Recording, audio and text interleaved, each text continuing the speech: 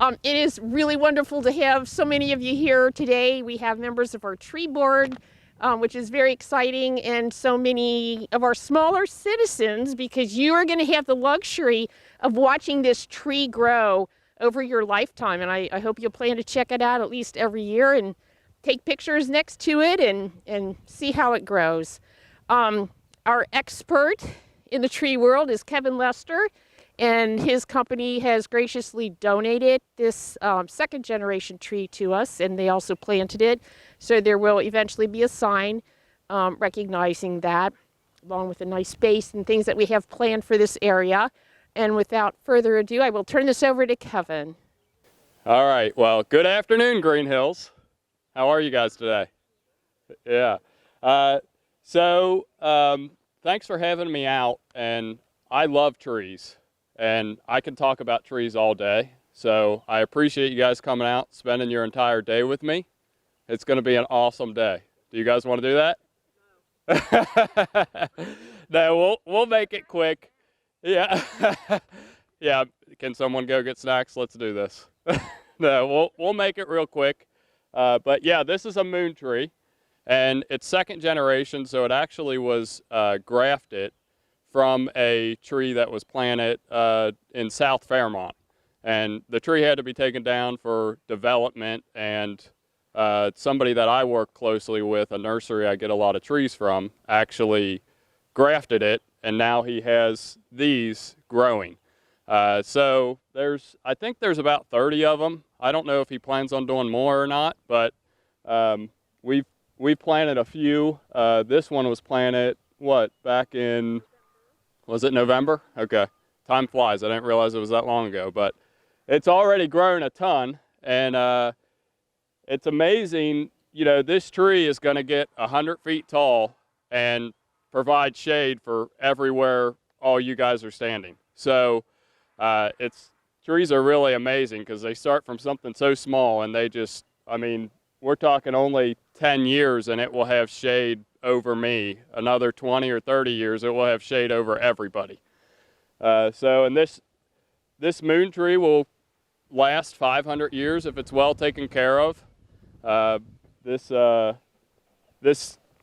other thing about sycamores is they are very tolerant of a lot of conditions. So they will grow in a creek or high up on a hill like this, and they'll really thrive almost anywhere in poor soil, salt, clay, and any condition they'll do well. And you can see this one has a little bit of yellowing leaves, so probably going to ask Mike to come water it if he can. Yeah, okay, cool. So, but it's doing well otherwise. The yellowing leaves is really just because it's dropping those to be able to survive. Basically, it doesn't have enough water supply right now to be able to supply all of those leaves, so it's dropping some leaves so it doesn't die, basically. It prevents it from declining. So, I'd like now everybody to take a deep breath with me, just for a second. Breathe in the fresh air, and so do you guys know why I did that? Why I want everybody to take a deep breath? Anybody, one of you guys know?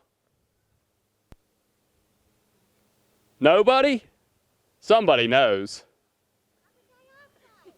Yeah, the tree is taking, that's one reason, the tree's taking carbon dioxide out of the air. Yeah, and it's actually taking that in and putting out oxygen. So we wouldn't even be able to take a deep breath without this tree and all these trees around. It's cleaning the air constantly and providing new air for us to breathe.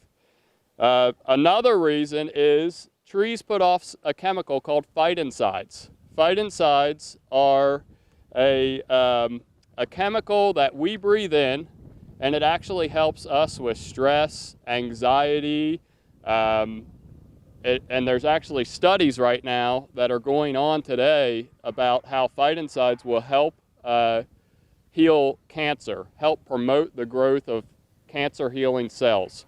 So they're working on that now. I don't think it's proven yet, but they think that's what it does. So anytime you guys are, not feeling so great, take a walk in the woods. I mean, really anywhere in Greenhills. You guys have so many trees, you just take a walk down the sidewalk. And I think you'll feel a lot better. And then lastly, I really needed a deep breath to get through this speech. So I needed all those fight insides to reduce my anxiety. I don't do this a lot, but trees really help me get through it. So now a little more. Do you guys have any questions so far? What's that? Pancake syrup? Yeah, this tree doesn't make syrup, but maple trees do. Is that what you're talking about? Yeah, there's some maples back in this woods behind you that make syrup. I don't know how they actually determined, but they went across the whole country. So I don't know what made them send one. I don't know if they did it to major cities or because it was planted originally in Cincinnati. Do you have any more? I think she's done so much more research on the background of the moon tree. Do you have any more? Do you want to take this and add to that? I'm the expert on tree health diagnosis and tree risk assessment.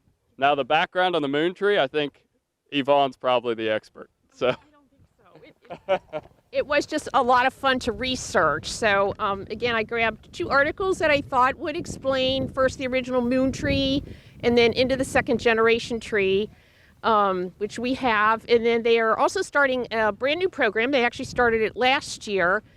So those seeds have already come back to Earth. They made a lunar mission around the moon.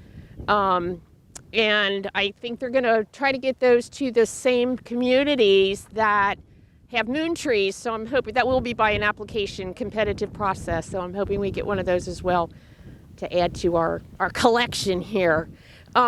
So the second article up there covers that new, it's called Artemis 1. That's the new program that just started.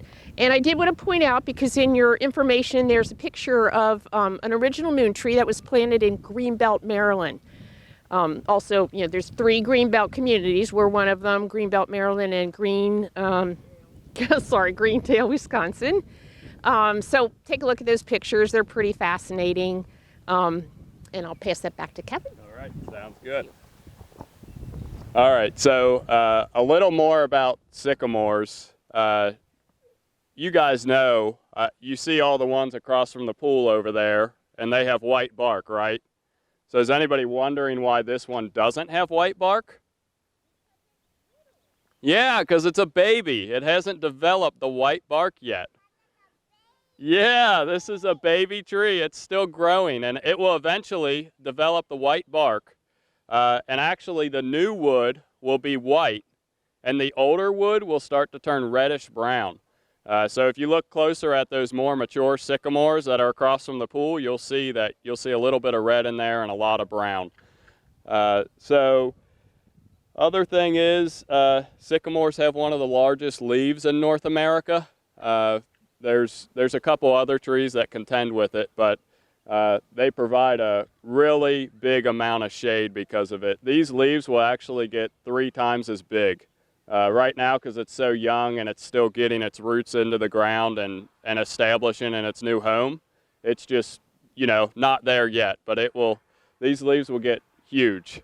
And it's pretty amazing to see when they're really healthy. Yeah. So, yeah, I think that's all I have. I mean, is there any more other questions? No? Well, trees are really amazing. I hope that that was kind of my mission today, that people could see how important trees are, and even like the little things like shading our houses, shading the areas that we're under. I know you guys are all in shade right now, but I'm probably 10, 15 degrees hotter over here in the sun than you guys are in the shade. So I can't wait to be doing this in like 20 years when this tree's shading me too. So, but yeah, that's all I have. If you guys have any questions, feel free to come and ask me. Thank you. in your agenda. You'll also find a list of all the trees we've planted for Arbor Day, or in celebration of Arbor Day, since I think like 93 or 98. We've kept a record of where they are. So if you ever want to get around and check any of them out, that information is there for you too. So we do want to thank you for coming and enjoying this pretty day. And I'm glad we were able to provide shade for him. Yeah. I saw the forecast and thought, oh no, this is going to be bad news. So please let us know if you have any questions. Kevin is a wealth of information. Every time we meet, which is fairly often, I learned something new. He was telling me about like how trees talk to each other, stuff. I mean, it's so fascinating. Yeah, we could be here all day. Yeah, we could, but it's really neat stuff. You'll have a new appreciation for those trees you pass all the time or stand under all the time. So thank you again, everybody, for coming. We really appreciate it. Let us know if you have any questions.